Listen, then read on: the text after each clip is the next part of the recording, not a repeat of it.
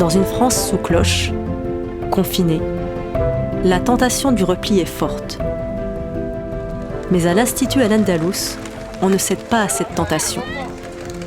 Une mobilisation, baptisée les Iftars de l'Espoir, est à l'œuvre. Son objectif, livrer chaque jour à des étudiants les repas pour la rupture du jeûne du Ramadan. Une action d'entraide qui rejoint tant d'autres, qui essaime le pays et ravive l'espoir pour une société plus solidaire.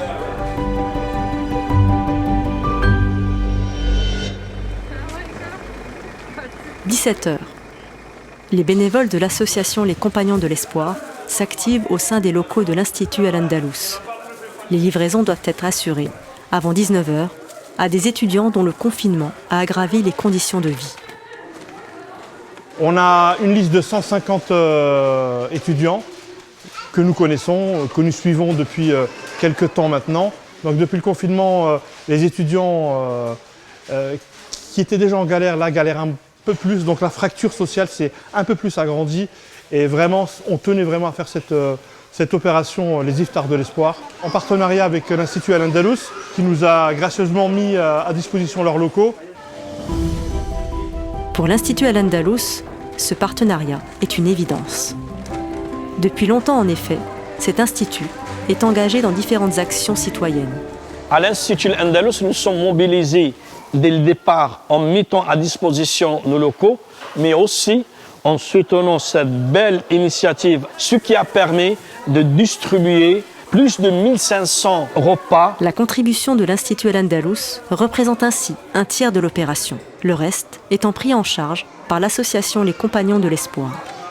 Mais cet élan de générosité ne s'arrête pas aux dons. Les familles affluent avec des denrées alimentaires et des plats cuisinés aux saveurs diverses et variées. Des soupes, des harira, des shorbas, il y a des fruits, des petites douceurs, des salés, etc., etc. Mais c'est surtout pour faire revivre cette ambiance-là. Et c'est le Ramadan, normalement, c'est le Ramadan qui dit Ramadan, dit communion avec les autres. Mais l'action ne serait possible sans l'engagement magnifique des bénévoles. En effet, une dizaine de femmes et hommes se mobilisent chaque jour pour maintenir ce lien social si essentiel et si fragile. Nous sommes bénévoles, nous prenons un peu de temps pour essayer d'aider notre prochain, parce qu'il faut savoir qu'il y a beaucoup d'étudiants, il y a beaucoup de personnes qui sont démunies, qui ont besoin de notre aide. Donc ne serait-ce une heure de votre temps, ou une marmite de soupe, ou quelques sandwichs, tout est bon.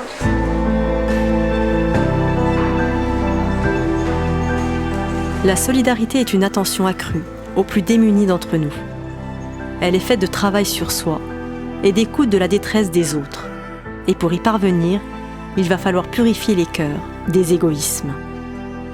Nous ne pouvons pas imaginer la détresse sociale qui touche une partie de nos concitoyens. Mais ce qui fait chaud au cœur, c'est aussi cet élan de solidarité. Les commerçants, les particuliers, les associations, chacun a apporté sa contribution.